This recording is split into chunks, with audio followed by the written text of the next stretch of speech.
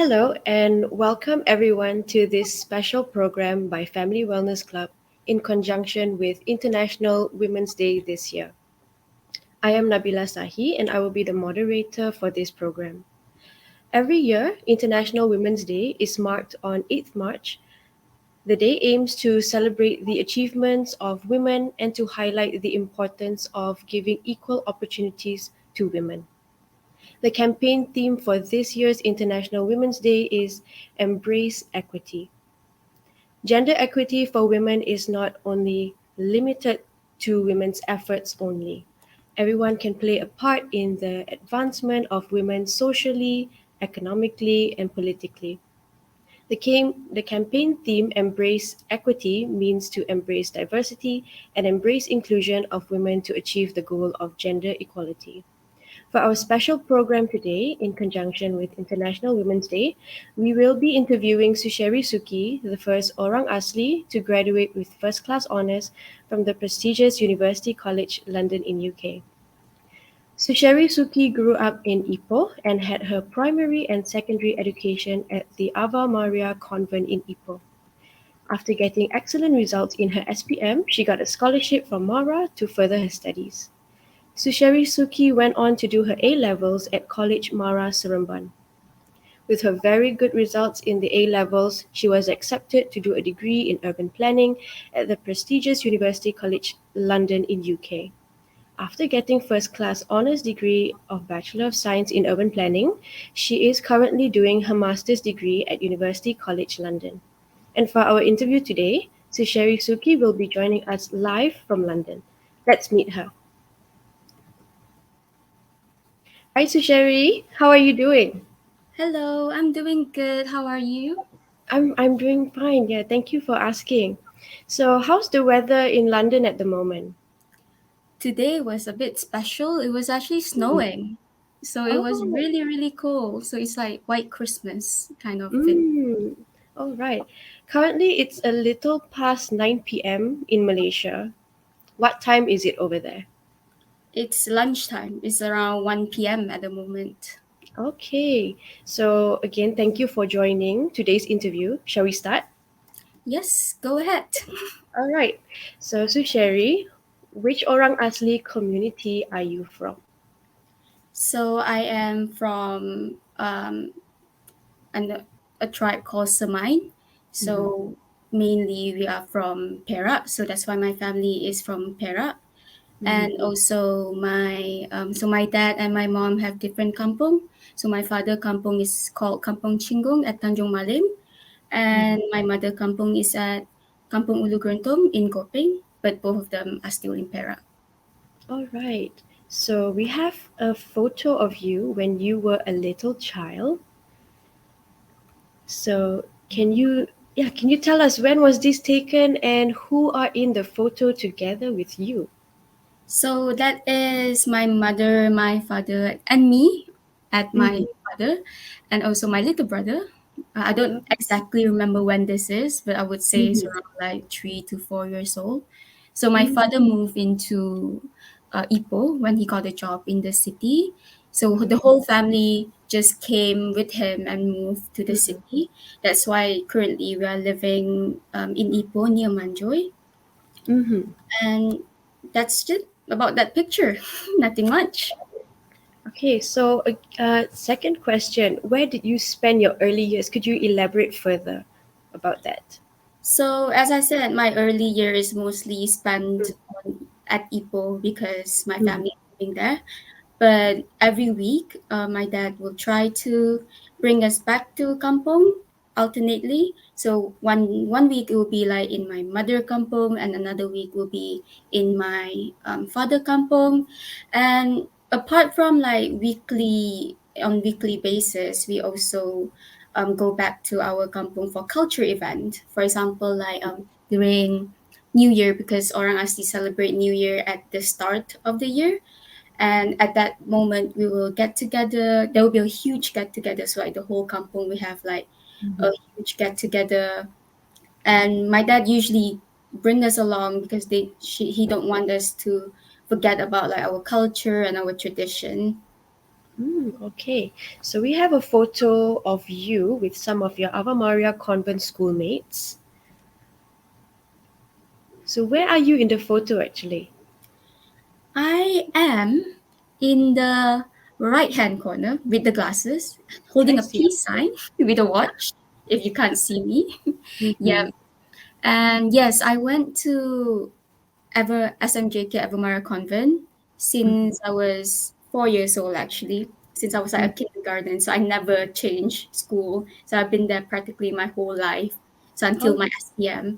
So that picture specifically, I took it during graduation. okay. And here we have another photo of you at one of your Orang Asli events. So could you tell us more about what's going on in the picture? So as I said, that we usually go back to kampong when there is a huge cultural event that include wedding. So if there's like cousin's wedding or any close relative weddings, and we usually still held it with our Orang Asli tradition. So that is actually my elder brother wedding Mm-hmm. in my father kampong back in Kampung Chinggong. And it was not this is not long ago actually. It was Okay. like 4 or 5 years ago. All right. Okay, that's great. Okay, thank you for sharing. Okay, and so Sherry, were you treated differently in school or faced any problems, challenges because you are an Orang Asli? Mhm. Yeah. So I got very lucky in that aspect that I have a supportive like friends along the way when I was in school. But as a student, of course, that you would feel pressure in terms of academic, and at that age, people don't know much about Orang Asli because we don't get mentioned a lot in textbook, for example, and so people would not know about Orang Asli culture and tradition. So that is why, like most of the time, I will feel uncomfortable, or like sometimes I feel like I don't fit in because I had to explain about my culture and tradition, and sometimes I just got tired of it. And I always Mm. feel like, how nice is it if people be like more inclusive or more knowing about the community? And who did you turn to for support? My parents, like my families, the most important like support system in my life since I was like just a small little girl. So every time Mm-hmm. I feel this, I will turn into my late mom because she is always there to give me encouraging support and advice. And they had always been motivating me throughout my education life. All right. Any teachers who helped guide you in primary or secondary school? I remember specifically during my uh, secondary school, actually. Mm-hmm. So I was not in the list or the system where um, in the Jabatan Kemajuan Orang Asli, or we call it Jakwa. So they have this initiative to help Orang Asli to give like monetary help or like funds to Mm-hmm. just for your daily basis. And she helped me register my name into the system. And apart from like getting all this funding, I also able to keep in touch because they usually held events and like camps, education camps that I don't know about until I was in this system. So I Mm-hmm. was able to keep in touch with a network of students like all over Malaysia, not only from my tribe, Semai, but any other tribe as well in Malaysia. So it was like a very eye-opening experience for me, Mm-hmm. and it's all thanks to my teacher back in the secondary school. All right, that's great. So, despite the challenges, Susherrie excelled in her studies and was the top student in SPM at Ava Maria Convent, achieving 10 A's and 1 C. And this was reported in some newspapers. So, here we have some clippings from Chinese newspapers about your excellent SPM results. What year was this? It was it's around 2016 or 2017, Mm-hmm. but a year prior to this, my mother passed away in around December 2015. So at that newspaper clipping, it says that it was a gift, which is it. This is a gift for her because I studied day and night, because she worked hard raising me like since I was a little girl. So I figured that this would be a wonderful gift for her. to say thank you for raising me throughout the years when she was there with us. And indeed, it was a good gift for your mom. Yeah. Okay. So, did you apply for any scholarships to further your studies with your excellent SPM results? Yes, I do actually. And that's how I am now here. But yeah, I applied for a scholarship under Mara, and it was a scholarship that covered my undergraduate, my degree as well. So I went to a college in Seremban called College Mara Seremban, and it's also like under my sponsorship. Okay. So, when you went to College Mara Seremban KMS to do your A levels, how did you find the boarding school environment? It was a whole new experience because I never been away from my families for that long. It, to be honest, it's not that long. It's 2 years, but still, it was very very long, Okay. and for me, and it was very interesting, and it's just an interesting experience to live a bit further away from your home and not be able to go home as often as you wanted it to be. It's fun. Here we have two photos of you while studying in KMS. So let's take a look. All right. So what is this photo about and where are you in the photo? This is actually my class photo, and I was at the back with the glasses again, and also the hair. You can Mm-hmm. see my hair, my long hair, and also a light blue baju kurung. I still remember it that day. All right. And we'll move on to the second photo. How about this one? Yep, that is me wearing the dark red, the maroon shirt with a yellow frisbee. And this is so every evening time we will have like some sort of activities that we can play. Just Mhm. like this is the activities that we form ourselves just to keep ourselves healthy and just to have fun. Okay. Again, were there any problems or challenges because you're an Orang Asli back when you were in KMS? I would say that again, it was actually an A level. So A level is a completely new thing, like new system or new ways of education for me personally, because I never been exposed to this type of education system. But I got very lucky that I got a very supportive friends because I had roommates where I share room with, and usually we had a study session together to the libraries. And I remember the most like the fun thing is we always ordered food and bring it to the library just to have like those power food to keep our brain going. But apart from that, I think one of the most uncomfortable experience for me is the inappropriate use of language. For example, like the terms like jakun, which is a type, it's a tribe in Malaysia, but people usually associate it with something like some people being as ignorant, and this term was often used by my classmate at that time. And but there are classmates who are mindful and actually tell them to stop using it. And me myself, sometimes I would step forward and say that, oh, this is an inappropriate language, and you should be mindful of this when you use it outside. Okay. So moving on from your A levels at KMS, when did you start your studies at the prestigious University College London? It was September 2019. I remember it vividly in my mind because it was like going into a new country, and it's exciting but scary at the same time. Mm-hmm.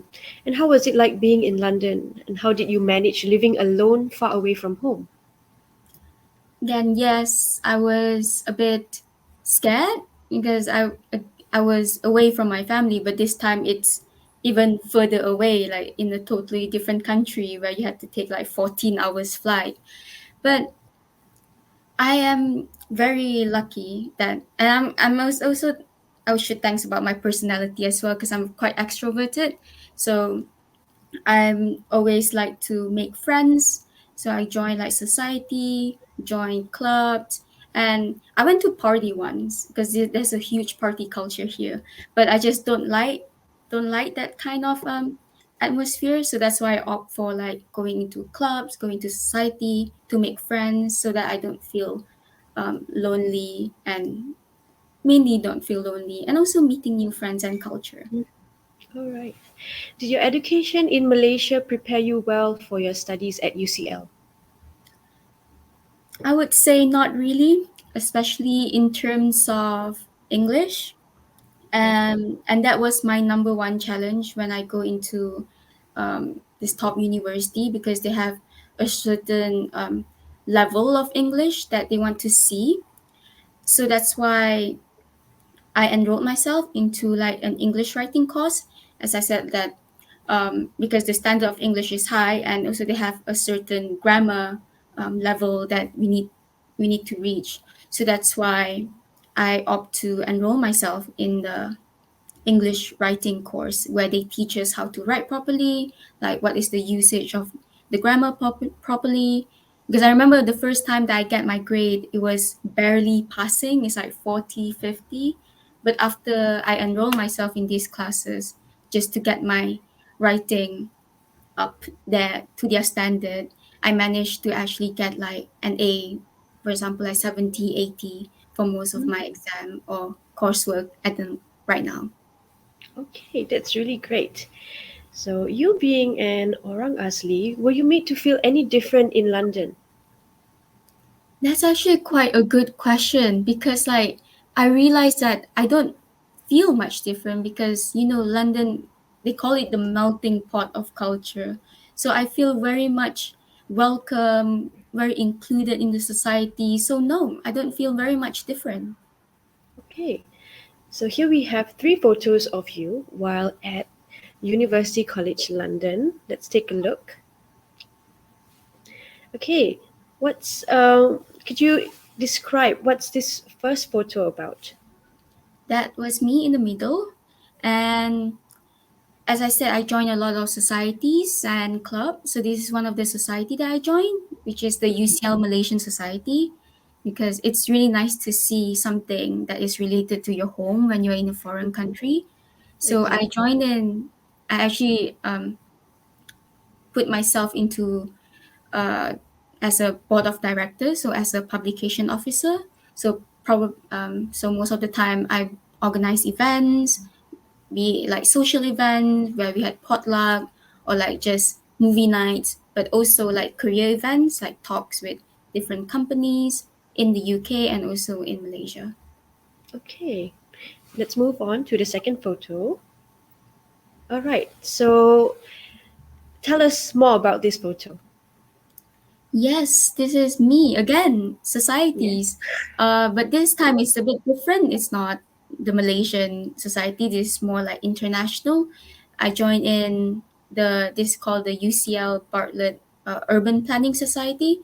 So it's related to my course. And I joined it as a publication officer as well. So again, the same kind of role, organizing events, and this time meeting more people, get to know more people that have same interests with me. Okay, let's look at the third photo. All right, where was this taken? This was taken in one of the place in the UK, so it's up north. It's called Durham. And the best thing about my courses, you can travel everywhere. They will fund your travel. So this is one of the field trip that I managed to go last Mhm. year. And this is all my course mate. Oh, all right, great.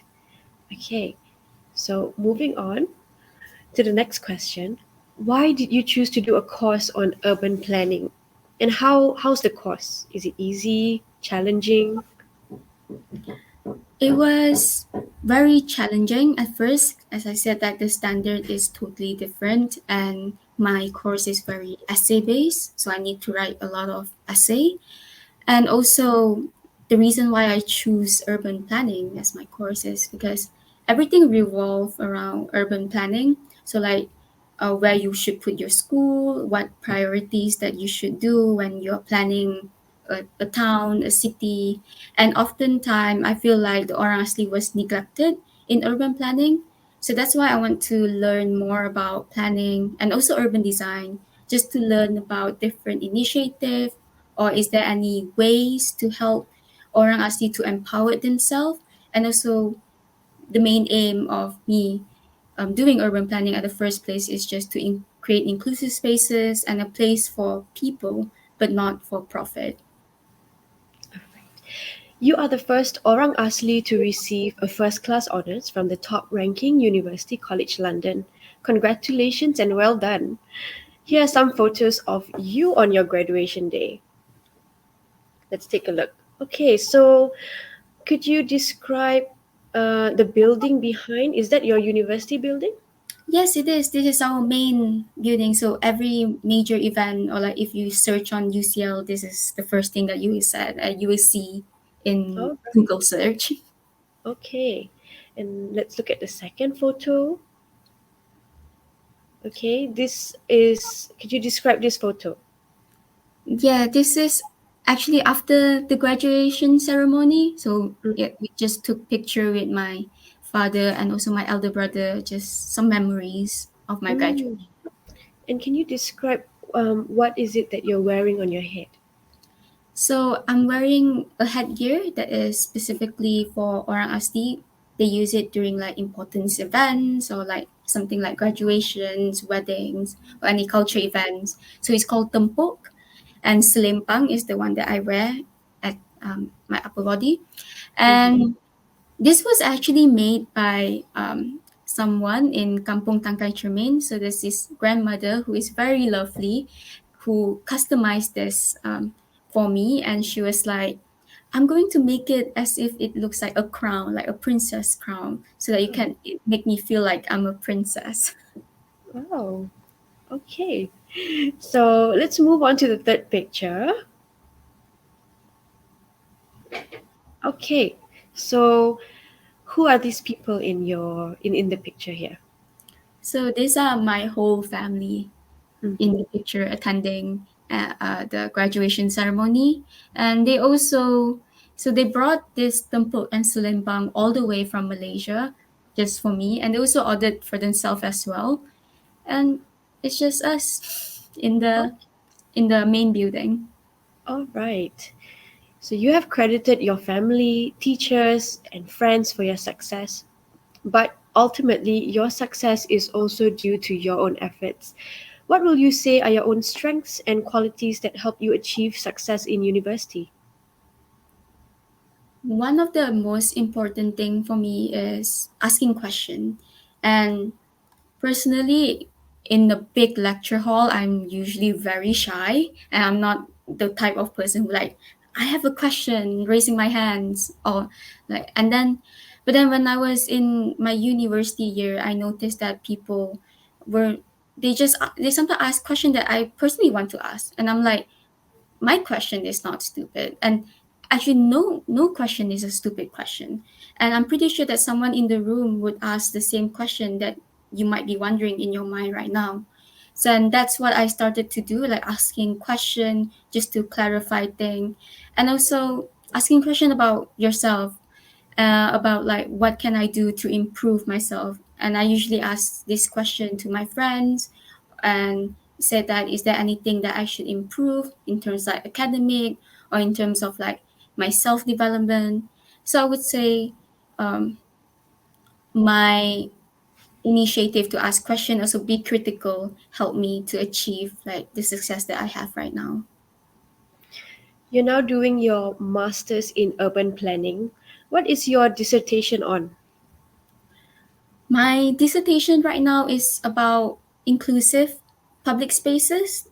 As I mentioned, the reason why I choose urban planning is to find ways and initiative to help community to empower themselves. And so one of the way that I'm looking at is public spaces and see how public spaces actually can help this community to feel empowered and to feel inclusive whenever they are. One of the United Nations Sustainable Development Goals, goal number 6, seeks to ensure that all people worldwide have access to clean water and sanitation services. Sadly, this is still lacking in many of our Orang Asli villages. Our Family Wellness Club had an Orang Asli project during the pandemic in 2020 where we supplied provisions to the poor Orang Asli villages of Kampong Sinju in Perak. Some of our members who joined in this trip were shocked to see the living conditions of the Orang Asli. We'd like to show this short video of our trip to Kampong Sinju in 2020.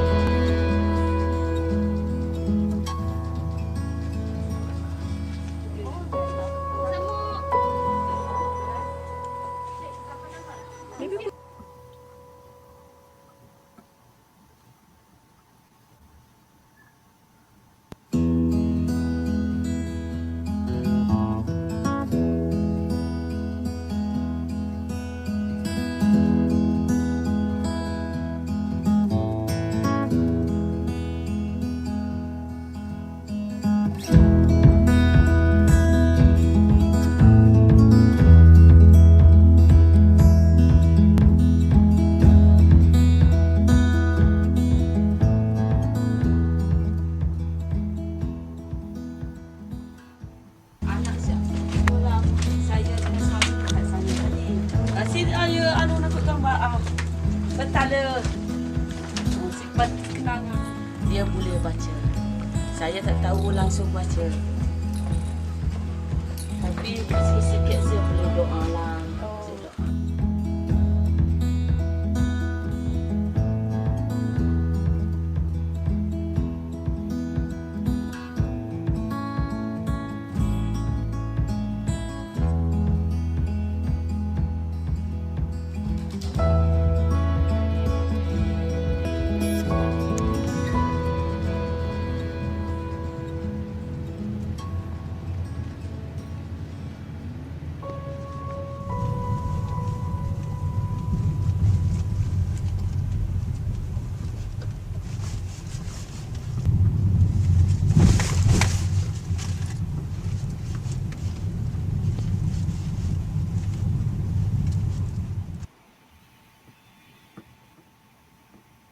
The video shows that the Orang Asli are still living without clean water and sanitation services. Can the building of public places like what you are planning to do for your master's dissertation help improve the lives of the Orang Asli in villages? Yes, this is a very tough question, but ultimately, yes, I would say, because I learned about best practices around the world, and this is like the best part of studying in overseas because I know about like different countries and what they are doing, like the sustainable way that the other country did in their villages. For example, those South America country like Brazil, Colombia, they are quite similar to like Orang Asli villages, because they don't have access to proper infrastructure like access to water, school, electricity, and also even internet. And they actually use public space as a place to get together. So this make them feel empowered and also um, help them to actually take initiative to make changes for themselves. And they use these community spaces or like these public spaces to invite private companies, government to teach them and provide them with necessary resources that they need to make the changes. And that is what I envision of my project will be. So designing a space that actually make people feel empowered and also help them to take initiative. And like these public spaces not only be provided for like for them to get together, but it could be also like play spaces for children. Because I believe that this is the time where Orang Asli community themselves need to step forward and make changes for their own community rather than waiting for like support, which is which is really needed, but like taking matters on our own hand is always the best solution. All right. So, Susherrie, what do you do in your free time? Any hobbies that you have? I really love this question because I always like to share my hobbies. But like, yeah, I like yoga and Pilates because it actually helps. Because when you're busy and you have so many things on your mind, doing yoga, it's quite helpful to meditate and just like take your time in the early morning or like maybe late afternoon. You can just like sit down and do some yoga. And also Pilates. I recently just got into Pilates because one of my friends said that it will help build your body side to your body structure. Because I always sit down a lot when you're doing work. You always sit down, so that's why doing Pilates will help. Okay. What message do you have for our viewers about the Orang Asli, Susherrie?